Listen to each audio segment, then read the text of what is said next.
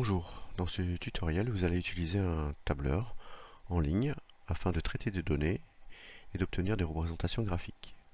Vous allez devoir vous connecter à Bureautique en ligne depuis votre espace numérique de travail. Vous sélectionnez Excel, vous donnez un nom, prénom, Excel à votre fichier et vous éditez dans Microsoft Online. Vous allez devoir reproduire le tableau donné.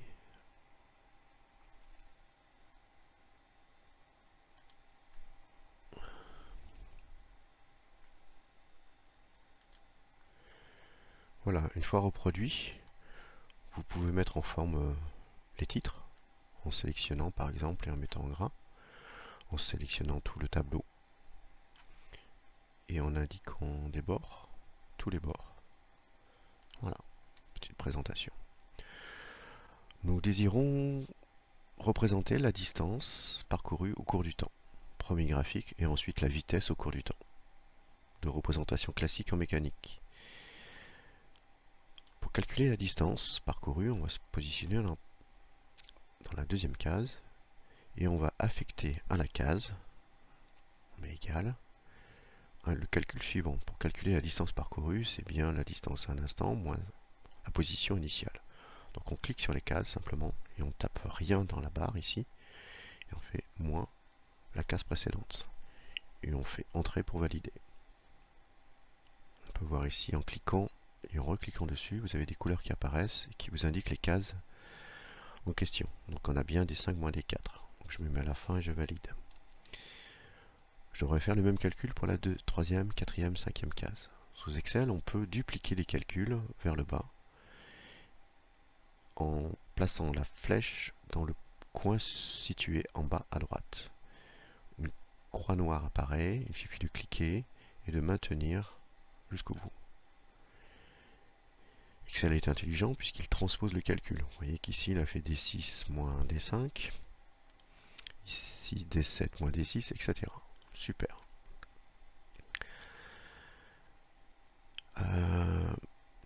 Donc je vous laisse faire le calcul pour la durée écoulée entre deux instants. D'accord ?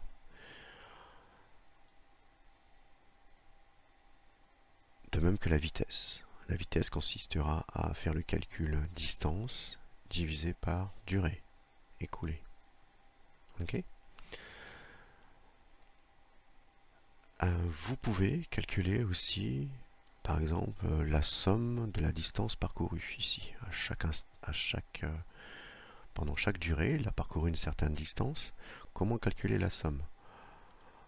On se place dans cette case-là, on appuie sur égal, et il y a des fonctions déjà préenregistrées. En cliquant sur fonction, on accède à différentes fonctions courantes, et sinon il y en a de très nombreuses. Celle qui nous intéresse est évidemment ici. On fait somme, et ensuite il attend la somme de quel nombre ? Vous voyez, nombre 1, nombre 2. Donc je vais cliquer ici, et je sélectionne toutes les cases qui m'intéressent. On met une parenthèse. Voilà, et on voit qu'il a fait la somme des contenus de cases compris entre E5 et E15. Je valide, et j'ai la somme, j'ai la distance parcourue de façon totale. Donc pour la durée écoulée, vous ferez de la même façon. Comment représenter un graphique ? Maintenant, Excel représente toujours une grandeur en fonction de la précédente. Donc je pourrais faire la distance parcourue en fonction du temps. Par exemple. Donc je vais sélectionner le même nombre de cases et je vais aussi sélectionner les deux cases qui contiennent les titres. Ensuite je fais insertion et ici je vais choisir le graphique largement utilisé en physique, c'est le nuage de points, c'est-à-dire une donnée en fonction de l'autre. Je veux pas uniquement les points, mais je veux les points avec les traits. Donc je choisis celle-ci. Et vous avez déjà une première représentation avec automatiquement le titre de la case ici en titre de graphique. Voilà. Donc je me décale un petit peu. Premier objectif atteint. On voit que la distance ici croît puis stagne. Maintenant je voudrais la vitesse en fonction du temps. Donc une fois que vous aurez calculé la vitesse, comme je l'ai dit, il représente toujours une grandeur en fonction de la précédente. Donc je voudrais la vitesse au cours du temps. Donc je vais mettre ces deux colonnes côte à côte. Donc je clique ici et je vais faire insertion colonne si j'y arrive. Et sinon, bouton droit, insérer des colonnes. Voilà, c'est plus simple. Et je vais recopier cette colonne ici. Donc je sélectionne, CTRL-C, je me positionne ici, CTRL-V. Voilà.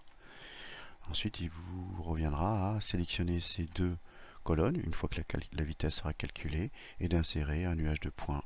Et vous aurez l'évolution de la vitesse au cours du temps. Vous pourrez aussi calculer la vitesse moyenne ici. Vitesse moyenne avec la fonction moyenne. Donc je vous laisse faire. Voilà, bonne chance et à très bientôt.